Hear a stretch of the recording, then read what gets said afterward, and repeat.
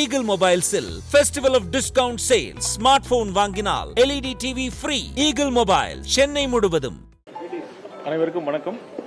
தமிழ்நாட்டு மக்களின் முன்னேற்றத்திற்காகவும் தமிழ்நாட்டின் ஒட்டுமொத்த வளர்ச்சிக்காகவும் வருகிற சட்டமன்ற தேர்தலுக்காக தமிழக வெற்றி கழகத்தின் தேர்தல் அறிக்கை தயாராக உள்ளது. தேர்தல் அறிக்கை தயார்பட உள்ளது. இதற்காக நம் தலைவர் அவர்கள் 12 பேர் கொண்ட தேர்தல் அறிக்கை தயாரிக்கும் குழுவை அறிவித்திருக்கிறார். அந்த தேர்தல் அறிக்கை குழுவின் முதல் ஆலோசனை கூட்டம் இன்று பனையூரில் இப்பொழுது நடைபெற்றுக் கொண்டிருக்கிறது. இன்றைய கூட்டத்தில் முதல் கட்டமாக இதுவரை தமிழக வெற்றி கழகத்திற்கு வந்த மனுக்கள், குறைகள் அனைத்தும் பொதுச் செயலாளர் அண்ணன் அவர்கள் இன்று எங்கள் குழுவிடம் ஒப்படைத்தார். அதை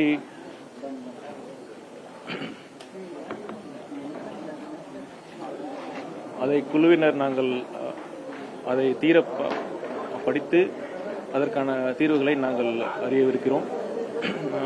அதன் பிறகு அடுத்த கட்டமாக தமிழகத்தை மண்டலம் வாரியாக பிரித்து இந்த குழு ஒவ்வொரு மண்டலத்திற்கும் சென்று மக்களை சந்தித்து அங்கு உள்ள சங்கங்களை சந்தித்து அவர்களின் குறைகளை கேட்டு அவர்கள் எந்த மாதிரி எதிர்பார்ப்புகள் மக்களிடம் இருக்கிறதோ அதை கேட்டறிந்து அதையும் கருத்தில் கொண்டு இந்த தேர்தல் அறிக்கை தயார்பட உள்ளது.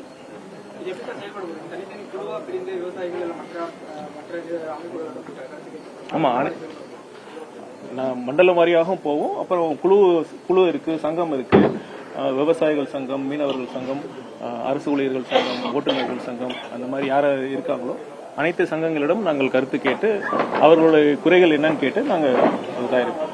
இன்னைக்கு தமிழ்நாட்டில் முக்கியமா தலைநகர்ல பல்வேறு துறை சார்ந்தவங்க போராடுறாங்க. இடைநிலை ஆசிரியர்கள், பகுதி நேர ஆசிரியர்கள், தூய்மை பணியாளர்கள் போராடுறாங்க. இன்னும் அவருடைய கோரிக்கை முழுமையா இன்னும் கொண்டு போய் அவங்களுக்கு சேர்க்கப்படல. இன்னும் அவங்களுக்கு எங்கேயோ சில குறைகள் இருக்குது, போராட்டத்தை தொடர்ந்துகிட்டே இருக்காங்க. அவங்கள்ட்ட நீங்க குறைகள் கேட்க வாய்ப்புகள் கண்டிப்பா அனைத்து தரப்பட்ட மக்களிடமும் நாங்கள் கேட்போம். அவங்களோட குறைகளை கேட்போம், அவர்களுடைய எதிர்பார்ப்புகளை நாங்கள் கேட்போம். கேட்டு பரிசீலித்து எங்கள் தேர்தல் அறிக்கை தயார் செய்யப்படும். ஒரு விஷயம் முன்னதாக நான் சொல்லிக்கொள்ள விரும்புகிறேன். தலைவர் அவர்கள் எங்களுக்கு ஒரு பிராடான ஒரு விஷன் சொல்லியிருக்காரு. மதசார்பற்ற சமூக நீதி தான் அடிப்படையாக கொண்டுதான் அந்த தேர்தல் அறிக்கை தயார்பட உள்ளது. விளிம்பு நிலை மக்கள், ஏழை எளிய விளிம்பு நிலை மக்கள், சமூகத்தில் பின்தங்கிய மக்களுக்கு அவர்களுடைய வாழ்வு முன்னேற்றம் அடையும் வகையில் அதற்கான சிறப்பான திட்டங்கள் செயல்படுத்தப்படும். தமிழ்நாட்டின் ஒட்டுமொத்த வளர்ச்சி, தொழில் வளர்ச்சியாக இருக்கட்டும், விவசாயமாக இருக்கட்டும், நெசவாளர்களாக இருக்கட்டும், அனைத்து தரப்பட்ட துறைகளுக்கும் ஏற்ற வகையில் இந்த தேர்தல் அறிக்கை தயார்பட உள்ளது. அதிமுக பொதுச் செயலாளர் எடப்பாடி பழனிசாமி ஒரு தேர்தல் அறிக்கையை வெளியிட்டிருந்தார். முதற்கட்டமா வெளியிட்டிருந்தாங்க. அதுல மகளிருக்கு 2000 ரூபாய் வழங்கப்படும் அப்படின்னு சொல்லியிருந்தாங்க. இன்னும் இந்த இருசக்கர வாகனத்துக்கு 25,000 மானியம் உள்ளிட்ட விஷயங்கள்லாம் சொல்லியிருந்தாங்க. இது போன்று இருக்குமா, இல்ல இதுவரை கொடுத்த தேர்தல் வாக்குறுதிகளை பத்தியே இருக்குமா? இலவசங்கள் இருக்க வாய்ப்பு இருக்கு. இலவசம் சொல்றதே தவறு. அது பொறுத்திருந்து பாருங்கள். தேர்தல் எந்த மாதிரி அம்சங்கள் எங்கள் தேர்தல் அறிக்கையில் இருக்கும் என்பதை தலைவர் அவர்கள் அறிவிப்பார். நான் ஒன்னே தான் சொல்றேன். இத்தனை தேர்தல் அறிக்கை சொல்றாங்களே, எந்த கட்சியாவது ஊழல் இருக்காது. எங்க மந்திரி சபையில இருக்கிற மந்திரிகள் லஞ்சம் வாங்க மாட்டாங்க, இருக்கிற கான்ட்ராக்ட்ஸ்ல கமிஷன் இல்லாம நடைபெறும் அப்படின்னு தேர்தல் அறிக்கை யாராச்சும் சொல்லியிருக்காங்களா? அது சொல்லல. ஊழலற்ற நிர்வாகம் எந்த கட்சியும் இதுவரை அவங்க வாக்குறுதியா கொடுக்கறதுக்கு தகுதியே இல்லாம தான் இருக்கு. பாருங்க, இந்த அம்சத்தையும் நீங்க நோட் பண்ணணும். எவ்வளவு காலக்கெடு சார், எதுக்குள்ள தயாரிச்சு முடிக்க போறோம், எவ்வளவு காலக்கெடு, எப்போ விஜய் வெளியிட உரிய நேரத்தில் வெளியிடப்படும். தேர்தலுக்கு முன்னாடி கண்டிப்பாக வெளியிடப்படும். தேர்தலுக்கு முன்னாடி கரெக்டான சமயத்தில் வெளியிடப்படும். இன்னைக்கு ஆளுநர் 3வது ஆண்டா தேசிய பாடணும் கருத்து இது தாவேகளோட நிலைப்பாடு சார். ஆளுநரோட செயல்பாடு எப்படி பாக்குறீங்க? ஆளுநருடைய பணியை செய்யணும். ஆனா இது பாத்தீங்கன்னா தொடர்ந்து 3வது ஆண்டாக இதே மாதிரி நடைபெறுது. என்ன சந்தேகம் வருதுன்னா, இது 2 பேரும் பேசி வச்சுட்டு இதே மாதிரி பண்றாங்களா? இதை திமுக மக்கள் இப்ப பல்வேறு பிரச்சனைகள் சந்திச்சிட்டு இருக்காங்க. நீ ஏற்கனவே குறிப்பிட்டது மாதிரி பல்வேறு சம்பந்தப்பட்ட துறையினர், சங்கத்தினர் போராடி கொண்டிருக்கிறார்கள். இதெல்லாம் திசை திருப்பும் விதமாக இது திட்டமிட்டு 2 பேரும் சேர்ந்து இது நடைபெறுகிறதா என்ற சந்தேகம் கண்டிப்பா இல்லாமல் இல்லை. இது தொடர்ந்து 3வது ஆண்டு இதே மாதிரி நடைபெறுது. இது அதனால அந்த சந்தேகம் வலுவாக இருக்கிறது. எலெக்ஷன்ஸ் வந்து கிட்டத்தட்ட 100 நாள் தான் இருக்கு. கேம்பெயின்ஸ் வந்து இன்னும் 18 these are public appearances எதுவும் வரல. குடும்பத்தோட வர மாதிரி பார்ட்டி ஆக்டிவிட்டிஸ் எப்போ ரிவைவ் பண்ண போறோம்? நெக்ஸ்ட் பிளான்ஸ் இருக்கு. இல்ல, கண்டிப்பாக விரைவில் தலைவர் அவர்கள் மக்கள் சந்திக்க இருக்கிறார். அதற்கான திட்டங்கள், அதற்கான எப்ப சந்திப்பார் என்பதை அதிகாரப்பூர்வமாக அறிவிப்பு வெளிவரும். தேர்தல் அறிக்கையினாலே வந்து திமுக தேர்தல் தான் ஹீரோன்னு சொல்லுவாங்க. இது மிகப்பெரிய கட்சியோட தேர்தல் அறிக்கை எப்படி இருக்கும்? திமுகவோட தேர்தல் அறிக்கை ஹீரோவா ப்ரொஜெக்ட் பண்ணாங்க. அது எப்படி இருந்தது? ஜீரோவா தான் இருக்கு. எத்தனை தேர்தல் அறிக்கையை வந்து அவங்க வாக்குறுதியில் எத்தனை இது வரைக்கும் ஃபுல்ஃபில் பண்ணிருக்காங்க? அது நம்ம சொல்லி தெரிய தேவையில்லை. அவங்க நிறைவேற்றாத வாக்குறுதிகள்னு ஒரு புக்கே போட்டிருக்காங்க. அந்த அளவுக்கு தான் இருக்கு.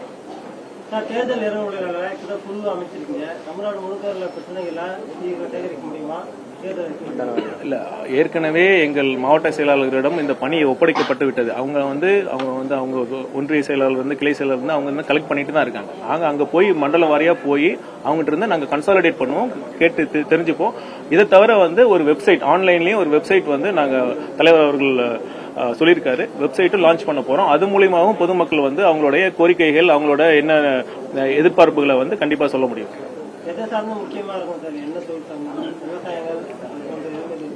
அதான் ஒட்டுமொத்த தமிழ்நாட்டின் வளர்ச்சிக்காக இருக்கும் ஒரு வளர்ச்சியின் பாதையை தமிழ்நாட்டுக்கு கொண்டு செல்லத்தக்க ஒரு தேர்தல் அறிக்கையாக இது இருக்கும். தேர்தலுக்கு இன்னும் குறுகிய காலகட்டம் தான் இருக்குது.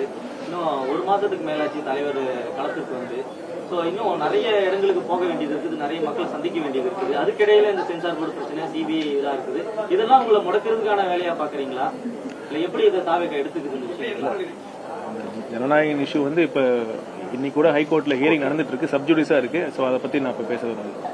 சிபிஐ என்கொயரி விவகாரத்துல திமுக தாவேகாவுக்கு எதிராக ஆதரவா கொடுக்குறாங்க. ஃபார் எக்ஸாம்பிள் பாஜக இதுக்கு பின்னாடி இருந்து வருத்தப்படுறாங்க தாவேகாவுக்கு திமுக சொல்றாங்க. உங்களுடைய கருத்து? திமுக அப்படி சொல்றாங்க, பாஜக என்ன சொல்றாங்க? பாஜக என்ன சொல்றாங்க சொல்லுங்க. அவரு பாஜகவோட மாநில தலைவர் என்ன சொன்னாரு? அது தெரியும்ல. 23ஆம் தேதி பிரதமர் வராரு. ஏறத்தாழ எல்லா கட்சியினுடைய கூட்டணிகளும் இறைத்தால முடிவாயிடுச்சு. தாவேகாவுடைய கூட்டணி நிலவரம் என்னவா இருக்கு? எந்த கட்சி இணைய காத்திருக்காங்க? இது தேர்தல் அறிக்கை குழுவோட ஆலோசனை கூட்டம், அதை பத்தி கேளுங்க. தேர்தல் அறிக்கைனால கவர்ச்சியான திட்டங்கள், இலவசங்கள் தான் இடம்பெறும். உங்களுடைய தேர்தல் அறிக்கை அதெல்லாம் இருக்குமா இருக்காதா? முன்னாடியே வரதுக்கு முன்னாடி இப்பயே கேட்டீங்கன்னா கவர்ச்சியான திட்டங்கள் இருக்குமா இல்லையா? மக்கள் கவர்ச்சி, நீங்க கவர்ச்சின்னு சொன்னாலே அது மக்களை ஏமாத்துற மாதிரி ஒரு எண்ணத்துல தான் காட்டுது. அந்த மாதிரி அதான் கவர்ச்சிகரமான திட்டங்கள்ல சொல்லி மக்களை ஏமாத்திட்டு தான் இது வரைக்கும் இருந்திருக்காங்க. கவர்ச்சிங்கிறத தாண்டி மக்களுக்கு பலன் தரக்கூடிய மக்கள் நலன் சார்ந்த திட்டங்கள் கண்டிப்பா இருக்கும்.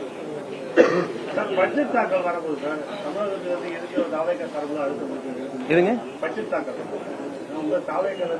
4.5 இப்ப முடிய போகுது, ஆட்சியே முடிய போகுது. இப்ப போன வருஷம் பட்ஜெட் நீங்க பாருங்க, எவ்வளவு ப்ராமிசஸ் பண்ணாங்க. நீங்க தயவு செய்து போன வருஷத்தோடைய தமிழ்நாடோட நிதிநிலைக்கு அறிக்கையில என்னென்ன அவங்க திமுக அரசு வந்து ப்ராமிஸ் பண்ணாங்க, அதுல எத்தனை பண்ணிருக்காங்கன்னு ஃபர்ஸ்ட் சொல்லட்டும். அதுக்கப்புறம் புதுசா வந்து இல்ல, ஒரே ஒரு கோரிக்கை தான், சீக்கிரம் மத்திய அரசுக்கு வந்து பாத்தீங்கன்னா ஏற்கனவே வந்து அவங்க அறிவிச்சது, அதை வந்து இம்ப்ளிமெண்ட் பண்ணலாம். மக்கள் நலன் சார்ந்த திட்டங்களை அவங்க சொல்லணும். நாங்க விரிவாக அதை பத்தி நாங்க வந்து எங்களோட கோரிக்கைகள் நாங்க சொல்லுவோம். தாவேகா தலைவர் ஆட்சியில் பங்கு அப்படிங்கறது அறிவிச்சிருந்தாலே அந்த நிலைப்பாடு இன்னும் உறுதியா தான் இருக்கு. இதுங்க ஆட்சியில் அதிகாரத்திலும் பங்கு அது தலைவர் முதல் மாநாட்டில் என்ன சொன்னாரு? அவர் சொல்றதான் செய்வார், செய்யறதான் சொல்லுவார்.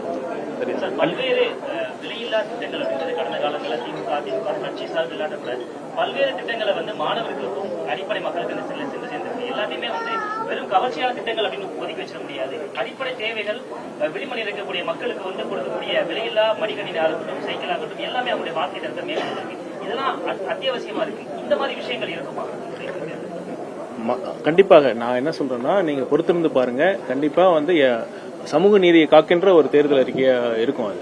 சரியா? நன்றி. தேங்க்யூ. ஈகிள் மொபைல்ஸில் festival of discount sale. Smart phone வாங்கினால் LED TV free. Eagle mobile Chennai முழுவதும்.